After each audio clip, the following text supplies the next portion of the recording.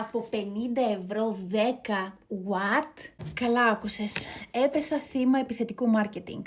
Αυτή την κοπέλα εδώ πίσω που λέτε, την είδα σε μία διαφήμιση εδώ, στο TikTok.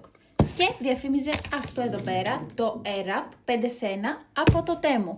Και σου έδινε κωδικό για να το πάρεις με 10 ευρώ από 50. Οπότε πια ήμουν εγώ που δεν θα το δοκιμάσω. Οπότε, όπως βλέπεις, έχω λούσει τα μαλάκια μου και θα το δοκιμάσουμε ευθύς αμέσως μαζί, αφού πρώτα του κάνουμε ένα γρήγορο unboxing για να δούμε τι περιέχει μέσα. Οδηγίες χρήσης, γάντια προστατευτικά, πάρα πολύ ωραία. Λοιπόν, έχει αυτά εδώ τα εξαρτήματα, τα οποία,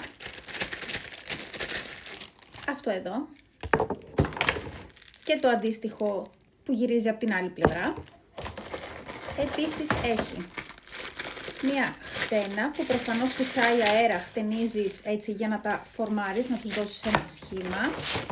Περιέχει αυτό εδώ που είναι η βούρτσα, αυτήν εδώ, για να τους δίνει έτσι αυτό τον όγκο από τη ρίζα.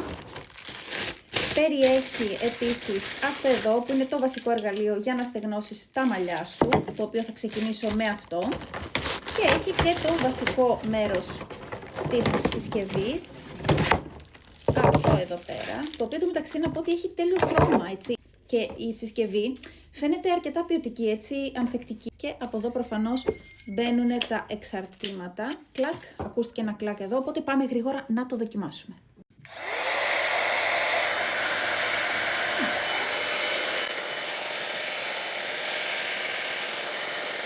Λοιπόν, θα σου είμαι απόλυτα ειλικρινής. Είναι ένα τίμιο πιστολάκι μέτριας έντασης που ότι εμένα δεν στέγνωναν και δεν έχει πολύ ζεστή ένταση. Αλλά για ένα πιστολάκι ταξιδίου θεωρώ ότι είναι τίμιο. Οπότε τώρα θα πάω να βάλω αυτήν εδώ, αυτό εδώ το εξάρτημα, κούμποσε, για να τους δώσω λίγο σχήμα και να τα στεγνώσω εντελώς. Και μετά θα δοκιμάσω φυσικά και αυτά εδώ πέρα που μαγνητίζουν και κάνουν την μπούκλα.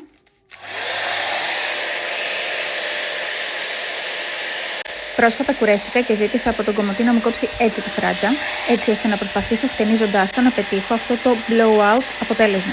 Αυτό το εξάρτημα που ξεκίνησα να δοκιμάζω πραγματικά με συνεπήρε και ενώ είχα πει θα δοκιμάσω και τα υπόλοιπα εξαρτήματα, τελείωσα όλο μου το μαλλί με αυτή τη βούρτσα. Το αποτέλεσμα είναι ακραίο.